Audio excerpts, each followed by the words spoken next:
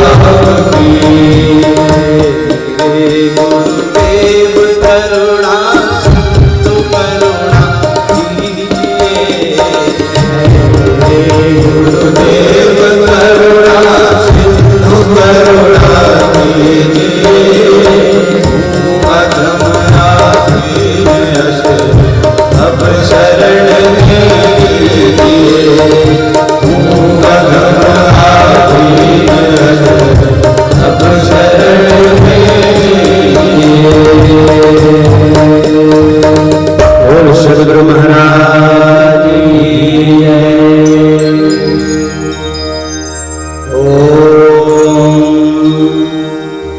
भाग्योदयेन बहुजन्म समर्जितेन सत्संगमं च लभते पुरुषो यदा वै।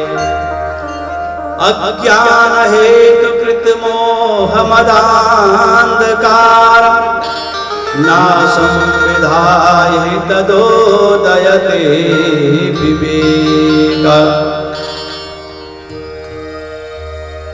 आज हम सभी का भाग्योदय है और कहा है भागवत में कि कई जन्मों का जब पुण्योदय होता है ना, और हमारे कई वर्षों की तपस्या का जब फल मिलता है तो श्रीमद् भागवत कथा श्रवण का अवसर मिलता है। आजकल कलयुग है, मनुष्य की वृत्ति भी बिगड़ गई है और बुद्धि भी बिगड़ गई है। कहते हैं महाराज भागवत बहुत सुन ली है, क्या सुनने हैं, जगह जगह तो सुनते हैं, लेकिन ऐसा नहीं है। भागवत सुनना और भागवत चाहे जितनी बार भी सुने और भागवत का अमृत वर्षा जितनी बार भी ग्रहण करे वो कम है, क्योंकि श्रीमद् भागवत ज्ञान है। श्रीमद् भागवत अज्ञानता को नाश करता है, अंधकार का नाश करता है और प्रकाश की तरफ ले जाता है। और एक जन्म नहीं, अनंत जन्म का है। अनंत जन्म का जब भाग्योदय होता है तब श्रीमद् भागवत श्रवण करने का अवसर मिलता है। हम परम सौभाग्य हैं, हमारे यजमान परिवार, समस्त यजमान परिवार, जिन्होंने आज ये श्रीमद् भागवत ज्ञान यज्ञ इस दिव्य प्रांगण पर करवाया है। अपने पितरों को मोक्ष प्राप्ति, पितरोद्धार, ये ऋण होते हैं। हमारे माँ बाप के ऊपर, हमारे ऊपर एक ऋण है। 3 ऋण होते हैं, मातृ पितृ ऋण, ऋषि ऋण और पृथ्वी ऋण। जो अपने माता पिता के ऋण से उऋण होते हैं वो ऐसे यज्ञ अनुष्ठान करके अपने पुत्र का परिचय देते कि आज हम अपने पितृ ऋण से उऋण हुए। ऋषि ऋण, ऋषियों का ऋण भी दिया जाता है। जो ब्राह्मण आप यज्ञ कराते हैं आचार्यों के द्वारा, अपने गुरु के द्वारा, उससे भी आप उस ऋण से भी मुक्त हो जाते हैं। तीसरा है पृथ्वी का ऋण। इस धरा पर, इस पृथ्वी पर जन्म लिया है और इस पृथ्वी का भी हमारे ऊपर एक ऋण है। उस ऋण को भी हमें देना है, ये ऋण होते हैं। और जो इन ऋणों से उऋण होता है, पुम नाम नरक इति पुत्रा। 21 नरकों में पुम नाम नरक जो होता है उससे पिता उऋण होते हैं, उसी को पुत्र कहते हैं। पुम नाम नरक तार्यते इति पुत्रा। श्रीमद् भागवत की पद्धति कई है, उस कथा में श्रवण के नियम क्या है, नियम सुनना जरूरी है। इन बातों में विशेषता होती है। अब महाराज भागवत तो हो रही है, हमने भागवत भी करा दिया है, धन भी हम खर्च कर रहे हैं और व्यवस्था भी अच्छी बन रही है, लेकिन भागवत को कैसे सुना जाए और भागवत में है क्या चीज? नित्यं भागवतं यस्तु पुराणं पठते नर प्रत्यक्षरं भवेत् तस्य कपिलादानजं फलम। भागवत का श्रवण करना, भागवत का दान करना, ये कपिला गौ की दान के से भी बढ़कर होती है। ये यज्ञ है। अपने जीवन में यदि हम कोई यज्ञ नहीं कर सकते हैं, धन यदि खर्च भी नहीं कर सकते हैं, तो यदि कहीं पर भागवत श्रवण की कथा चल रही है और उस कथा में आप लोग सब आए हैं, तो आपने भी एक यज्ञ पूर्ण कर दिया है।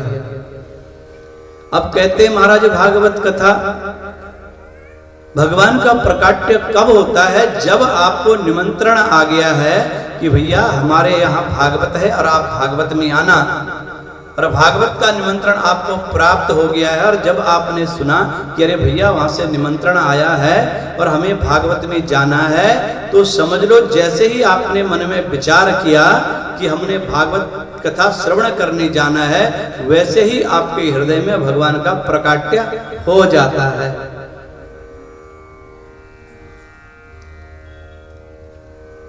न यस्य तिष्ठते शास्त्रम, हमारे जीवन में क्या है? अरे ये सब जगत क्या है? तो मिथ्या है। और वो भागवत रूपी जो अमृत है, भागवत क्या देता है? हम कहते हैं जी सत्य चित्त और आनंद। क्या है सत्य, क्या है चित्त और क्या है आनंद? सच्चिदानंद रूपाय विश्वोत्पत्त्यादि हेतवे तापत्रय विनाशाय श्री कृष्णाय वयं नमः। जीवन में तीन बातें याद करनी है, समझने की बात है, सत्य चित्त और आनंद। सत्य क्या है? क्या ये जगत सत्य है? क्या ये धन सत्य है? ये शरीर भी सत्य नहीं है। चला लक्ष्मी चला प्राणा चला मंदिर जीवते चला चले च संसारे धर्मो एक निश्चिरा।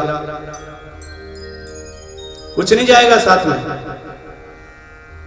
वैभव, ये संपत्ति, ये बंगले, ये मोटर, ये कार, साथ में कहीं कुछ नहीं जाने वाला।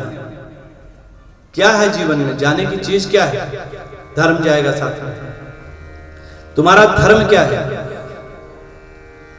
उस धर्म पर चलना ही परम धर्म है। और धर्म सबके अलग अलग है।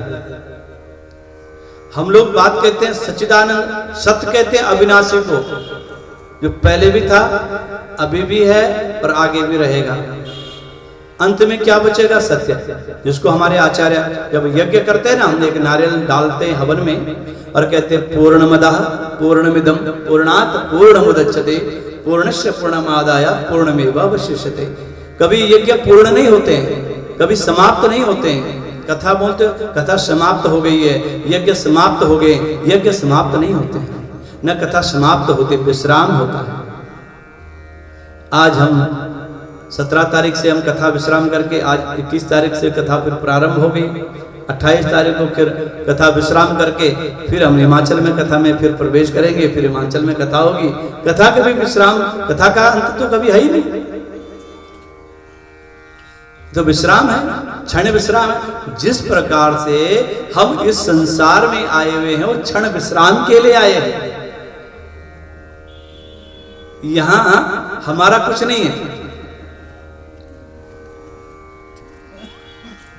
आहार निद्रा भय में तुरंत। यहां आए क्या है? मनुष्यों में वही चीज मनुष्यों में है, वही पशु में भी है। भोजन करना, मैथुन करना, निद्रा। लेकिन मनुष्य में जो चीज भगवान ने दी है वो बुद्धि। उस बुद्धि के लिए इसलिए दिया है कि यदि तू कुछ कर सकता है तो कुछ रह करके सत्कर्म कर, कुछ अच्छे कर्म कर।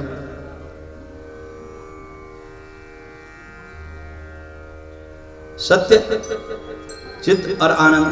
अब उसमें सत्य और चित्त, चित्त माने प्रकाश।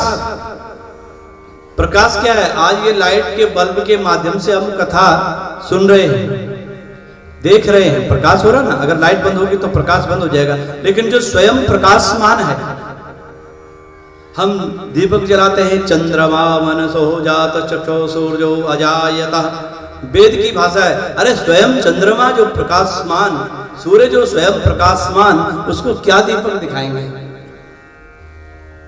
उसकी क्या आरती करेंगे? स्वयं अपनी ही आरती भगवान करवाता है कि चंद्रमा मनसो जात चक्षो सूर्यो अजायत श्रोत्राद्वायुष्य प्राणस्य मुखादग्निरजायत। हम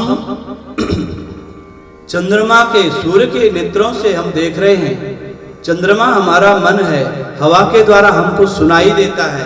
कान बंद कर दो सुन नहीं सकते हो, अगर लाइट बंद करो देख नहीं सकते हो। आपकी आंखें क्या कर सकती है, जिस आंखों पर हम लोगों को इतना गर्व होता है। प्रकाश, वो स्वयं प्रकाशवान है, उसको क्या प्रकाश देते हैं। और आनंद, आनंद की अनुभूति क्या है। आनंद कोई डल्लब के गद्दों में सोने का नाम आनंद नहीं है, एसी कमरे में सोने का नाम भी आनंद नहीं है। हर चीज का उल्टा होता है, धन का होता है, सुख का होता है, लेकिन आनंद का कोई उल्टा नहीं है। आनंद तो आनंद ही है, उसका उल्टा तो बताओ।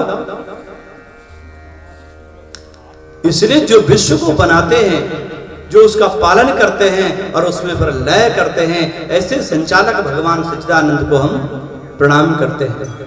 और तापत्रय, जो 3 प्रकार के हमारे विकास को ताप है, आदिदेव, आदि भौतिक और त्रिविध ताप, आध्यात्मिक।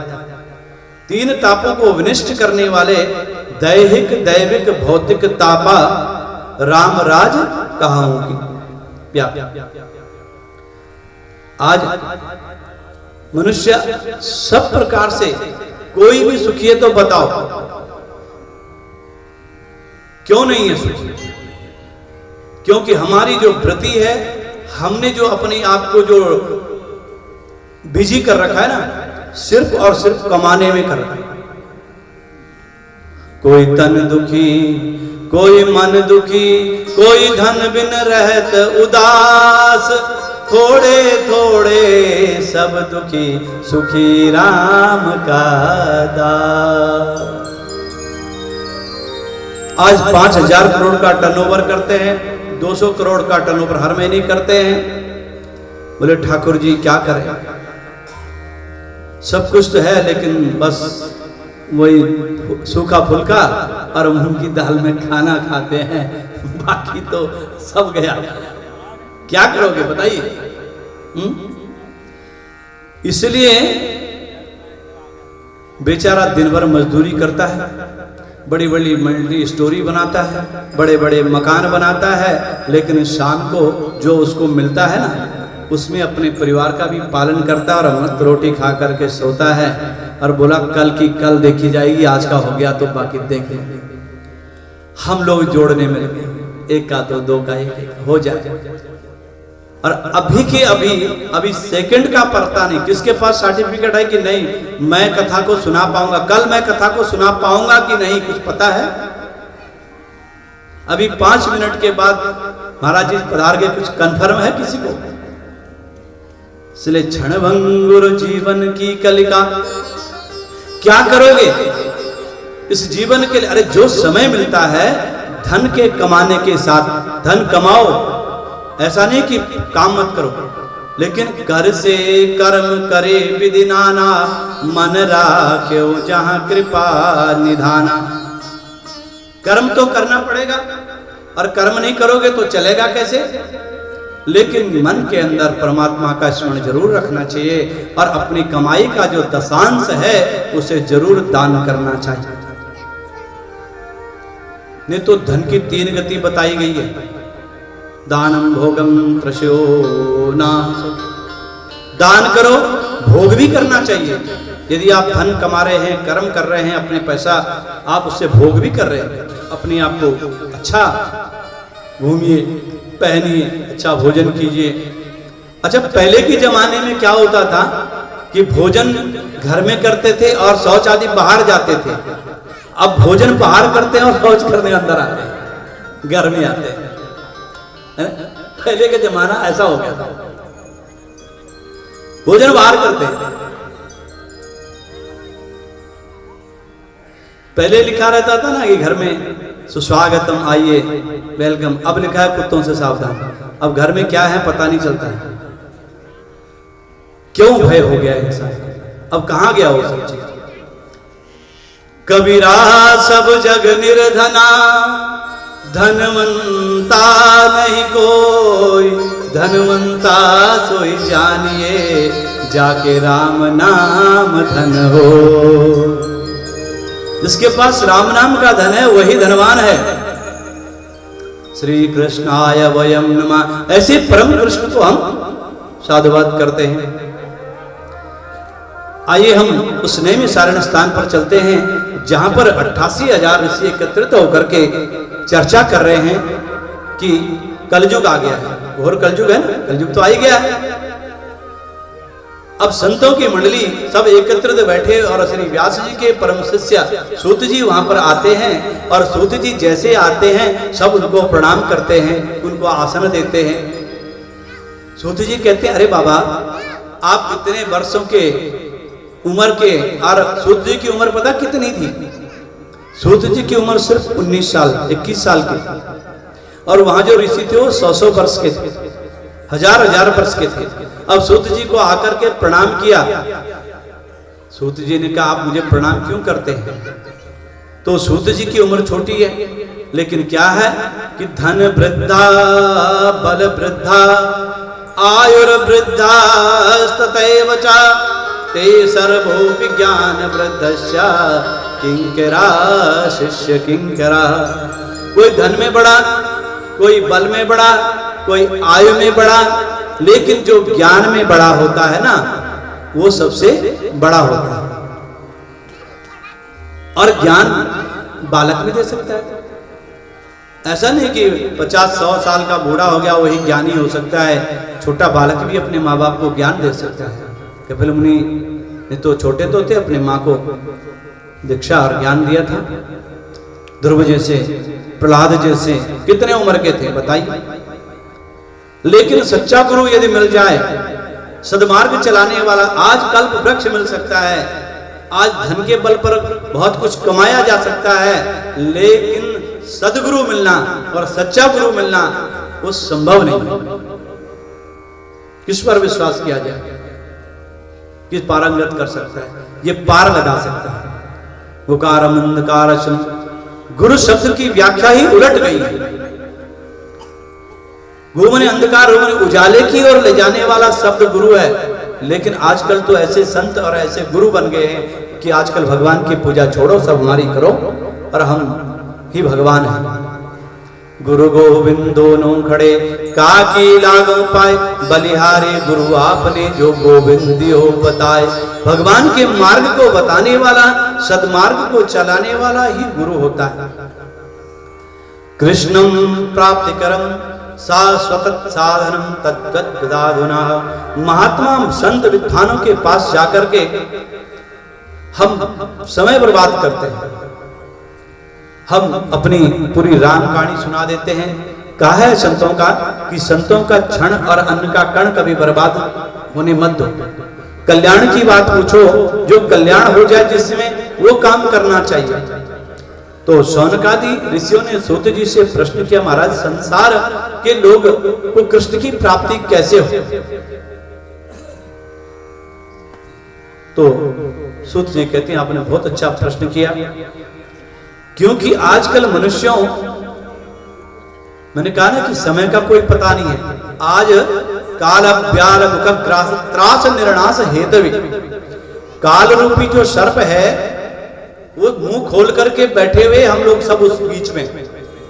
काल जो है मुंह खोल करके बैठे हैं, और किसी वक्त भी वो काल रूपी सर्प जो है मुंह को बंद कर दे तो जय गोविंदाय हो जाएगा।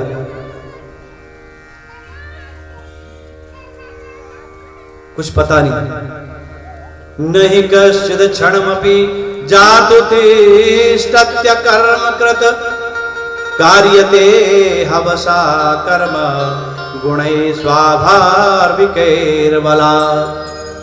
ये मानव सबसे बड़ी भ्रांति है कि चिंता ज्यादा करता है और चिंतन कम करता है। माया की चिंता ज्यादा है, प्रभु का चिंतन कम करता है। इसलिए चिंतन को बढ़ाओ और चिंता को घटाओ। विष्णुर माया जगत सर्वे, सब मायापति ने ही इस माया को बनाया है। सूत जी कहते हैं, भागवत कथा श्रवण का अधिकार तो कभी कभी देवताओं को भी नहीं मिला था। कथा कहते हैं, सूत जी कह रहे हैं, महाराज एक समय जब परीक्षित को भागवत रूपी अमृत को पिलाया जा रहा था सुखदेव जी के द्वारा, तो देवताओं ने अमृत का कलश लेकर के आए थे कि महाराज ये अमृत कलश आप परीक्षित जी को पिला दीजिए और ये भागवत रूपी अमृत कलश हमको दीजिए। तो स्वामी सुखदेव जी ने मना किया, अभक्त कहा था, कह रहे नो, तुम्हारी बस की बात नहीं है इस अमृत को लेने की। महाराज क्या है इसमें? विनिमय व्यापार भी किया था भगवान ने कि महाराज हम परीक्षित को अमर कर देंगे, हमारे पास अमृत है और ये भागवत रूपी अमृत कथा हमको सुनाइए। ये तो अमृत है, साधारण कथा ही नहीं है, वृद्धि बुद्धि को जोड़ा लगाइए। भगवान है साक्षात भागवतम शाश्वतम कृष्णाय शाश्वतकरम, ये भगवान साक्षात भागवत है। आज कहते हैं भगवान कहाँ है? ये भागवत कोई पोथी नहीं है, हम ये सिर पर रख दी महाराज, मेरे भी सिर पर, मेरे भी सिर पर चले हम सब। कल बहुत सुंदर कलश यात्राएं, बहुत ही शोभायमान, पूरा ब्रह्मांड पूरे विश्व के दर्शन हुए। ये साक्षात कृष्ण जिसका सिर पर विराजमान है। एवं विनिमये जातो सुधाराज्ञा प्रपीयताम प्रापश्यामो वयं सर्वे श्रीमद् भागवतामृतम। ये भागवत रूपी अमृत को हमको दीजिए। और सुखदेव जी ने कहा, कहां स्वर्ग का सुख वैभव, अरे कहां तुम्हारे और कहां ये भागवत रूपी अमृत। तो ब्रह्मा जी के पास गए और कहा महाराज क्या है ये भागवत, ये पोथी तो है और क्या है? ब्रह्मा जी ने कहा कुछ तो है इसमें, और उस पोथी को एक तराजू में तोलने लगे। एक तरफ भागवत जी की पोथी रख दी और एक तरफ सारे वैभव को रख दिया। और सारे वैभव जब रखे तो भागवत जी की जो पोथी है वो नीचे रही, उठी नहीं। बोला कुछ न कुछ तो इसमें है। श्रीमद्भागवतख्योहम प्रत्यक्षम कृष्ण एव हि, साक्षात कृष्ण है भागवत। हमेशा सौनक जी ऋषि बोले महाराज सनत कुमार ज्यादा घूमते नहीं, नारद जी कभी एक जगह पर बैठते नहीं। ये बताओ कि नारद जी और सनक सनंदन कुमारों का जो मिलना हुआ वो कैसे हुआ, और ये भागवत किस प्रकार से सुननी चाहिए, इसका निर्णय क्या है? तो सबसे पहले कथा के लिए स्थान होना चाहिए। जिस स्थान में हम बैठे हैं शांति प्रिय स्थान है, बड़ा आनंद इस स्थान पर है। ये पीठ है, भगवान साक्षात पीठ है यहाँ पर। और कथा के लिए ऐसा स्थान होना चाहिए जो बाहर के गाड़ियों के हॉर्न न सुनाई दे, बाहर की कोई आवाज ना आए, ऐसा उचित स्थान हमको मिला है, हम सौभाग्य है। दूसरी बात, भागवत में गान, थोड़ा संकीर्तन भी होना जरूरी है, नहीं तो सो जाएंगे। वैसे सोते दिन की कथा में, रात में कोई नहीं सोएगा, मुझे पता है, हल्की हल्की सी सर्दी लगी। तीसरी बात है भागवत में ज्ञान। भागवत को कभी भी इस दृष्टि से मत सुनिए कि महाराज कथा हो रही है, संगीत चल रहा है, ज्ञान की दृष्टि से सुनिए, वो आत्म कल्याण करेगा। चौथी बात है भागवत में ध्यान, आपका ध्यान होना चाहिए। कथा हो रही है तो आपका ध्यान इधर उधर नहीं होना चाहिए। और पांचवी बात है भागवत में आपके कान, जो हो रहा है वो सत्य है कि नहीं है। इस प्रकार से जो आदमी कथा में सुनते हैं, बैठ करके अपना स्थान ग्रहण करते हैं और स्थान सिद्ध होता है। ये भी मैं आपको, यदि कोई साधना करनी है, यदि कोई साधक आपको कुछ प्राप्ति चाहिए, जिस स्थान पर आप बैठे हैं पुनः उसी स्थान पर 7 दिन तक आप बैठ के भागवत की कथा श्रवण करेंगे तो आपको भगवान साक्षात का प्राप्तिकार मिल जाएगा। ये भागवत व्यास पीठ कहते हैं। नारद जी जा रहे हैं घूमते हुए, कथम ब्रह्मानंदि मुखा कुतश्चिंतातुरो भवान त्वरितं गम्यते कुत्र कुतस्य गमनम तव। अरे नारद जी कहां से आ रहे हो, भागे भागे जा रहे हो, कहां जा रहे हो? बोला भैया पूछो मत बात, हम जो है सारी दुनिया घूम करके आ गए। हम तू पृथ्वी ज्ञातो ज्ञात्वा सर्वो मम्मति, पृथ्वी से आया हूं श्रेष्ठ समझकर मैं हरे क्षेत्र गया, कुरुक्षेत्र गया, काशी गया, रामेश्वर गया। लेकिन जब मैं थोड़ा वृंदावन में आया तो थोड़ा शांति मिली, अन्यत्र कहीं शांति नहीं है। और वहां पर क्या देखते हैं कि कौतुक, वृंदावन में एक स्त्री और दो पुरुष जर्जर अवस्था में बैठे हुए पड़े हुए, और नारद जी को बोला महाराज आप आइए और हमारे जो ये दो पुत्र हैं ज्ञान और वैराग्य, इनकी जागृति कैसे होगी। और स्त्री जो है वो भक्ति माता है, भक्ति वृंदावन में आकर के थोड़ी सी शक्ति जागी है, लेकिन फिर भी अचेत अवस्था में ही रही, पर ज्ञान वैराग्य तो बिल्कुल बोल ही नहीं पाए थे। कहने का भाव यह है कि ये कली युग है, और कली ने जो है बुद्धि को विकृत कर दिया है। आजकल कलयुग का प्रभाव कैसे हो गया है, आज परिवार में हमारे बुजुर्गों को, हमारे माता पिताओं को, इनकी बात पर कौन ध्यान देता है बताइए। तरुणी प्रभुता गे है श्यालको बुद्धिदायक, कन्या विक्रीणो लोवा दंपति नियम च कल्पना। आज घर में नई बहू की चलती है, बाबा दादा की नहीं चलती है, और साले साहब का सलाह ली जाती है। जिस घर में ज्यादा सलाह साले साहब की ली जाती है उसमें महाभारत होता है, याद रखना। इसलिए सलाह लेनी चाहिए अपने माँ बाप, अपने बुजुर्गों की। उनकी सलाह जो लेता है, जो परिवार अपने माँ बाप, अपने बुजुर्गों की सलाह लेते हैं, वो परिवार कभी बिगड़ता नहीं है। याद रखना इस बात को। अरे क्या जानते हैं ये माँ बाप, क्या जानते हैं, आपको क्या पता है।